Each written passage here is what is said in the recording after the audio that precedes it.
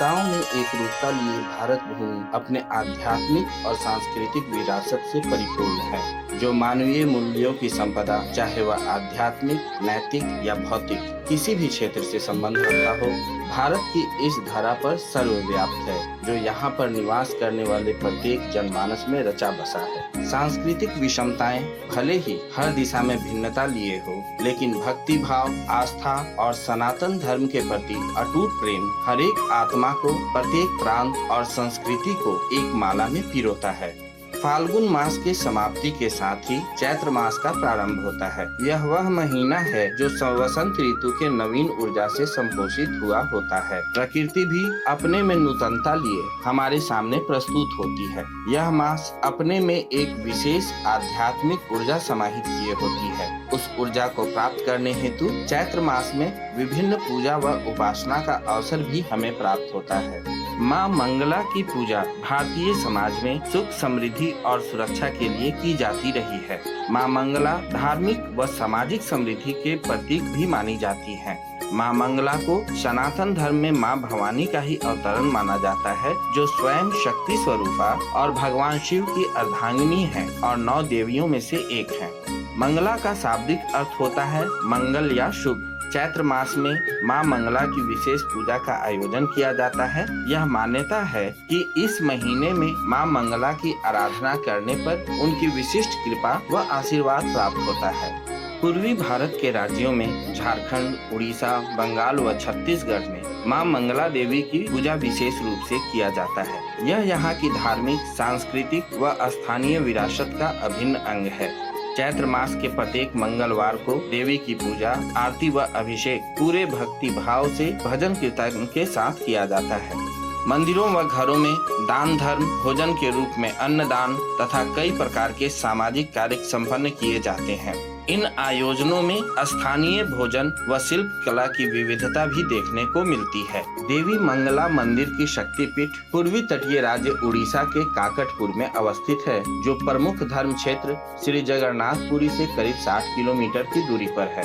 माँ मंगला देवी के अवतरण के बारे में कोई निश्चित ऐतिहासिक प्रमाण तो उपलब्ध नहीं है, लेकिन उन्हें हिंदू पौराणिक कथाओं में शक्ति स्वरूपा एक प्राचीन देवी के रूप में पूजा जाता है। माँ मंगला के बारे में शास्त्रों में भी उल्लेख है, जैसे दुर्गा सप्तशती और देवी भागवत पुराण में। इन शास्त्रों में माँ मंगला के महाकाव्य, मंत्र और पूजा आराधना का वर्णन है।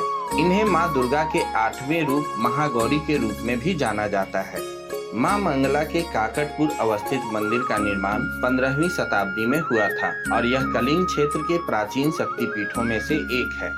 यह मंदिर पवित्र नदी प्राची के पूर्वी तट पर अवस्थित है। माँ मंगला की प्रतिमा की नक्काशी विशिष्ट उड़िया शैली में है तथा मंदिर का वास्तुकला उत्कलीय पीठ विमान स्वरूप में है। देवी मंगला शक्ति की अभिव्यक्तियों में से एक है। प्राचीन काल में बौद्ध भिक्षुक माँ मंगला को देवी तारा का प्रतीक मानते थे। कालांतर में उन्हें देवी वन दुर्गा के अवतरण के रूपों में से एक रूप में पूजा किए जाने लगा। माँ मंगला शक्ति, खुशी, प्रेम, शांति, पवित्रता, ज्ञान और सत्यता जैसे गुणों की प्रतीक हैं।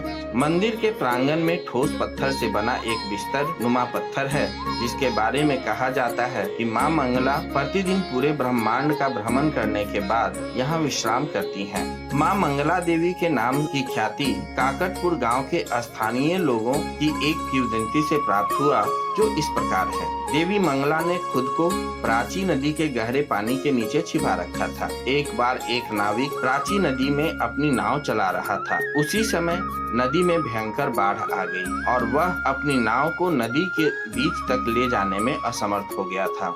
नाविक पूरे दिन और रात प्रयास करता रहा, लेकिन अपनी नाव को पार लगाने में असमर्थ रहा। रात्रि के अंतिम प्रहर अर्थात सुबह होने से पहले देवी मंगला उस नाविक के सपने में आईं और उसे यह आदेश दी कि उन्हें नदी के पानी से बाहर निकाले और पास के मंगलपुर गांव में स्थापित करे। नाविक ने पानी में गोता लगाया और नदी के तल से देवी की प्रतिमा को ढूंढने में सफल रहा। फिर देवी के निर्देशानुसार नाविक ने मंगलपुर गांव के एक मंदिर में उनकी मूर्ति को स्थापित कर दिया। इसके बाद नाविक ने देखा कि एक काला कौवा जो पानी में गोता लगा रहा है और कई घंटों प्रयासरत रहा और नदी से बाहर नहीं आया। कौआ प्राची नदी के पानी के अंदर ठीक उसी स्थान पर रुकता जहाँ से माँ मंगला की प्रतिमा मिली थी। उड़िया भाषा में कौआ को काक कहते हैं और रुकने को अटका कहते हैं। इन दोनों शब्दों को मिलाकर यह काका अटका बन जाता है। कालांतर में मंगलपुर गांव को काकटपुर के नाम से जाना जाने लगा और देवी को काकटपुर मंगला देवी के नाम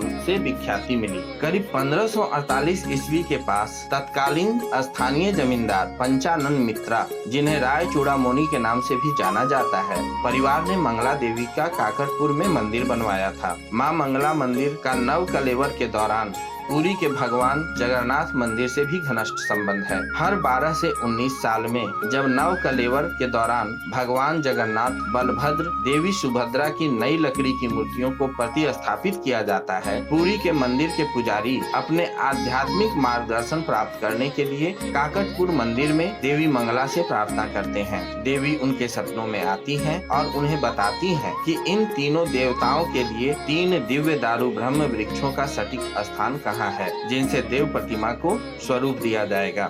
महाविश्वा संक्रांति, जिसे उड़िया नव वर्ष के रूप में भी जाना जाता है, झामू यात्रा या भक्तों द्वारा अपनी प्रतिज्ञा या व्रत को पूरा करने के लिए जलती हुई आग पर चलने का भी दिन है। जो भक्त झामू व्रत का पालन करते हैं उन्हें पटुआ या पवित्र भक्त के रूप में जाना जाता है।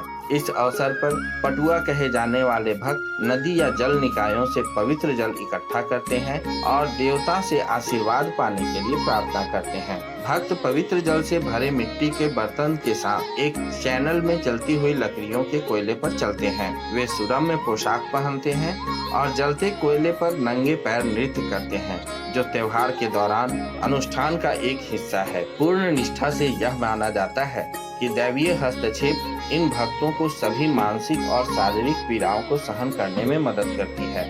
पटुआओं को देवी को प्रसन्न करने के लिए बहुत दर्द और कठिनाइयों से गुजरना पड़ता है। उनका मानना है कि देवी उनकी इच्छाओं को पूरा करेंगी। कुछ लोग अपनी इच्छाओं, पूर्व निर्धारित मन्नतों को पूरा करने के लिए देवी देवताओं के प्रति अपना आभार व्यक्त करने के लिए भी ऐसा करते हैं। झामू यात्रा देवी मंगला के लोकप्रिय त्योहारों में से एक है। आज भी उड़िया कैलेंडर के पहले दिन महाविश्वा संक्रांति पर यह यात्रा अपनी परंपरा को जीवित रखे हुए है और यह वसंत के अंत और गर्मियों की शुरुआत का भी प्रतीक है। हर साल हजारों तीर्थयात्री झामू उत्सव मनाने के लिए काकटपुर आते हैं।